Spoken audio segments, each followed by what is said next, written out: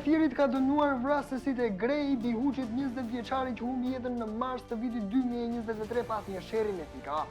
Autori Florian Muka dhe kushëriri i tij Klajdi Muka shprehen pendes për krimin e kryer. Sportistët dhe punonësit në varësi të Komitetit Olimpik Shqiptar vijojnë të vuajnë vonesat e fakave.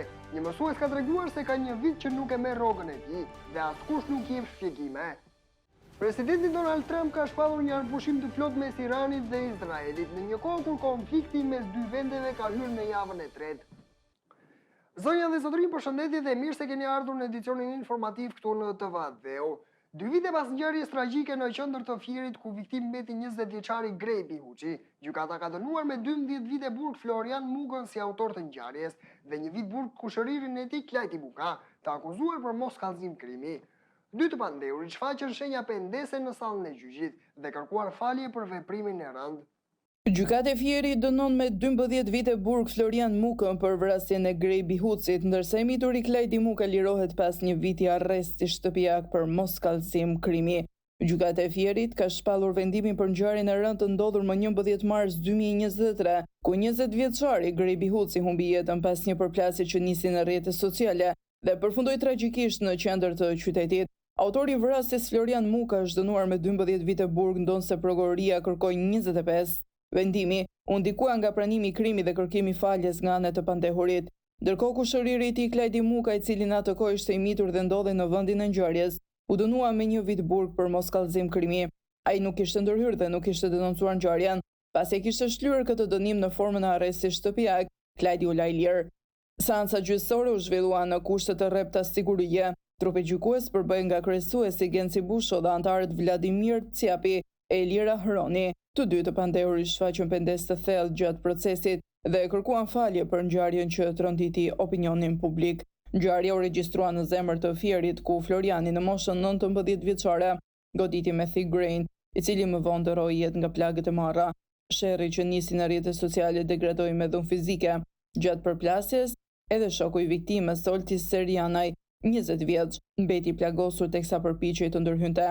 Grej Bihuçi ishte studet në degën e teknologjisë së informacionit dhe punonte pas ditës si kamarier pranë vendit ku ndodhi krimi. Vdekja e tij la pas një boshllëk të thellë për familjen dhe komunitetin lokal.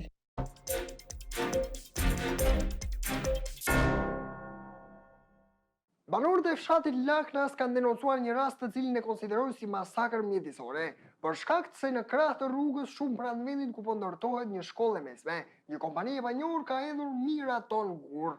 Banorët thonë se kjo veprimtari po dëmton infrastrukturën dhe rrezikon banesat që ndodhen aty pranë.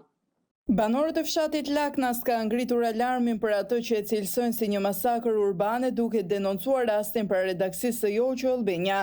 Sipas tyre po ndodh një shkelje e rëndë e ligjit dhe një ndërhyrje brutale në një nga 100 fshatrat turistik të shpallur nga shteti. Në denoncimin e dërguar, banorët shprehen se përballë rrugës ku po ndërtohet shkolla e vetme mesme zonës, një kompani pa emër dhe pas një leje ndërtimi, ka filluar të sjellë mijëra ton gur dhe inerte ndërtimi, duke dëmtuar rënd infrastrukturën e re dhe duke rrezikuar banesat përreth.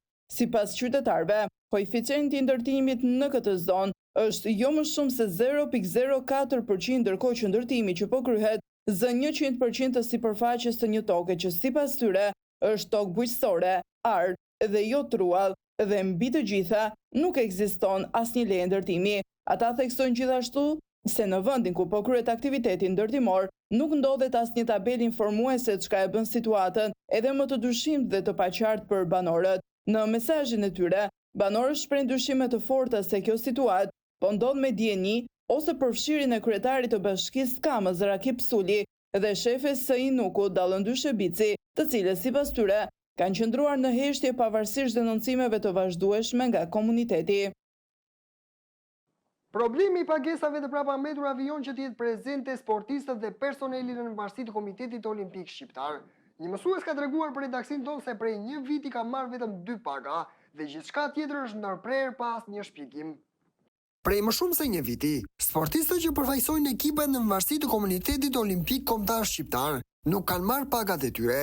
Një mësues që e prek problemin në fjalë, shkrua se ka marrë vetëm 2 muaj rrogë dhe më pas pagat janë ndërprer pa asnjë shpjegim dhe pa asnjë zgjidhje. Pavarësisht se problemi është përmendur më herët, Asgjë nuk ka ndryshuar. Sportistët ndjehen të braktisur dhe pa asnjë mbështetje institucionale, ndërkohë që vazhdojnë të stërvitën e përfaqësojnë vendin me përkushtim duke u përballur me vështirësi ekonomike. Ata kërkojnë që zëri i tyre të dëgjohet dhe të marrin sa më shpejt pagat. Komuniteti Olimpik Kombëtar Shqiptar, Ministria e Arsimit dhe Sportit duhet të reagojnë. Përshëndetje, se di në mund na ndihmoni, është bërë një problem i pazgjidhur, por ne s'dim ku të drejtohemi pasi kemi një vit pa marr pagat nga Koksh për ekipe sportive. E keni cekur si problem para të ditësh, por pas zgjidhje, vijon mos pagimi për një vit. Të lutem anonim, është hera e parë që shkruaj te ju, dhe se di se si veprohet më tej. Vetëm 2 muaj rrogë kemi marrë dhe në vijim asgjë, shkruan denoncuesi në mesazhin e tij.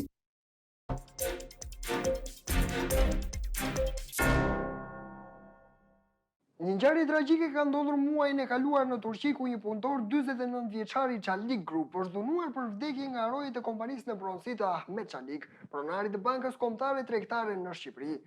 49 vjeçari që humbi jetën kishte fituar gjyqin për pagat e prapambetura dhe ditën e ngjarjes po protestonte para kompanisë që nuk pranonte ta paguante. Turqia është rënditur nga një ngjarje e rëndë që përfshir kompaninë e njohur Çalik Holding në pronësi të biznesmenit Ahmet Çalik, që zotëron edhe Bankën Kombëtare Tregtare BKT në Shqipëri. Ngjarja ka ndodhur muajin e kaluar në Stamboll, kur Erole Grek, 49 vjeç, një ish punonjës si një prej minjerave të Çalik Group, shkoi përpara zyrave të kompanisë për të kërkuar pagesa që i takonin.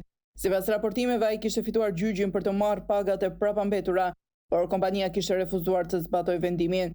Protesta e tij përshkallzoi kur Grek odhi një vazo me lule drejt ndërtesës dhe më pas i drejtoi pistoletën vetes në shenjë kërcënimi për vetvrasje, por në atë moment rojet e sigurisë ndërhyn dhunshëm duke rrahur brutalisht.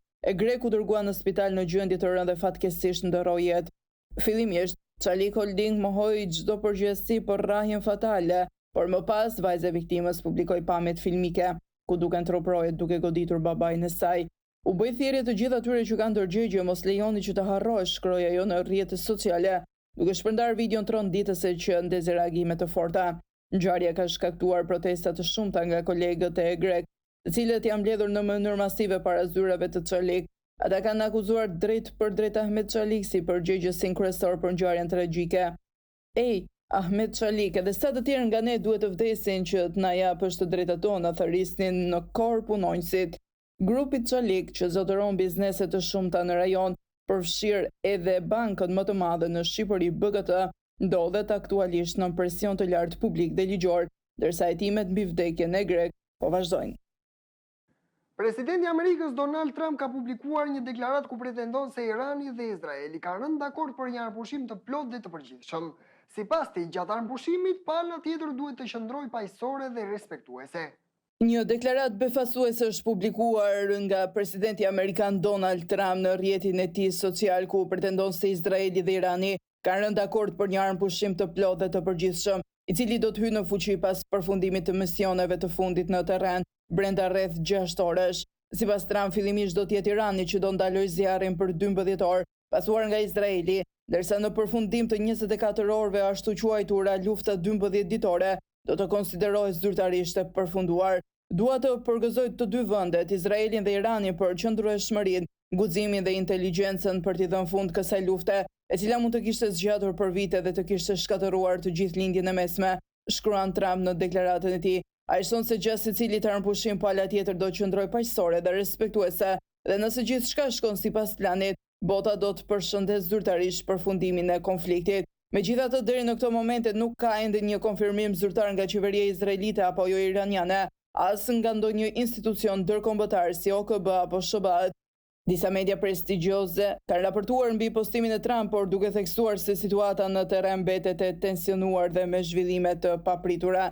Nëse kjo deklaratë konfirmohet nga palët zyrtare, do shënonte një hap historik drejt stabilizimit të lindjes së mesme, një rajon i përfshirë prej dekadash nga konfliktet.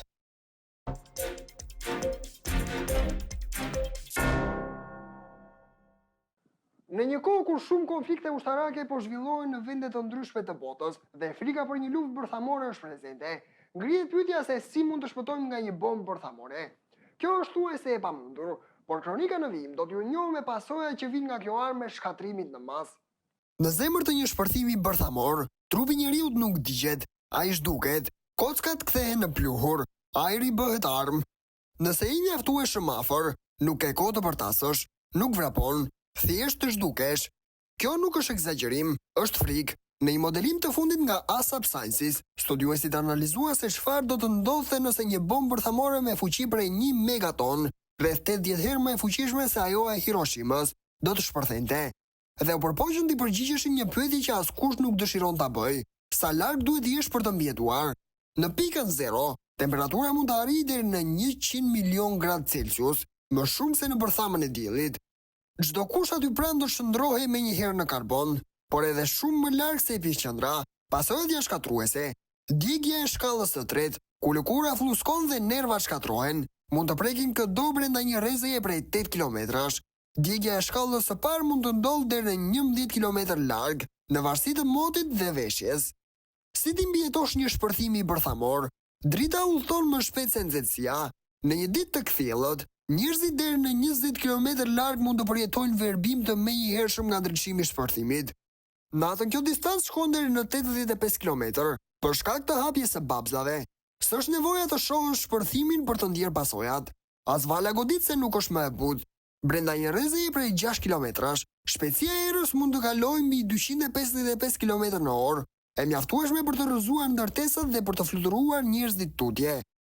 Më afër epiqendrës, kjo shpejtësi arrin deri në 750 km në orë, dhe presioni i ajrit është aq i lartë sa rrëzon pothuajse çdo strukturë. Edhe nëse je jashtë rrezës së nxehtësisë, mbetjet fluturuese apo ndërtesat që shemben mund të marrin jetën. Dhe pastaj vjen rrezatimi. Një shpërthim në nivel toke mund të shpërndajë grimca helmuese për qindra kilometra, duke ndodhur tokën, ajrin dhe ujin. Gjurmët nga testet bërthamore të luftës së ftohtë janë gjendur deri në thellësinë e ndekut të marinës, aq larg sa mund të përhapej kjo ndotje. Nëse je me fat që ndollesh më shumë se 30 deri në 40 km larg, brenda një ndërtese dhe në drejtim të kundërt të erës nga shpërthimi, mund të mbijetosh valës fillestare. Por kjo është vetëm fillimi. Një simul i vitit 2019 tregon se një luftë bërthamore në shkallë të gjerë mund të shkaktonte një dimër bërthamor në mbar planetin për vetëm pak ditë. Sot në botë ekzistojnë mbi 12.000 koka bërthamore. Pra jo, kjo nuk është një çështje teorike. Nëse diçka ndodh, të jesh larg nuk do thotë se je i sigurt, por mund të jap pak më shumë kohë. Zonja dhe zotrin, ka qenë kjo gjithçka e përgatitur për këtë edicion informativ. Duke ju falendëruar për vëmendjen tuaj, bashkë mirupafshim.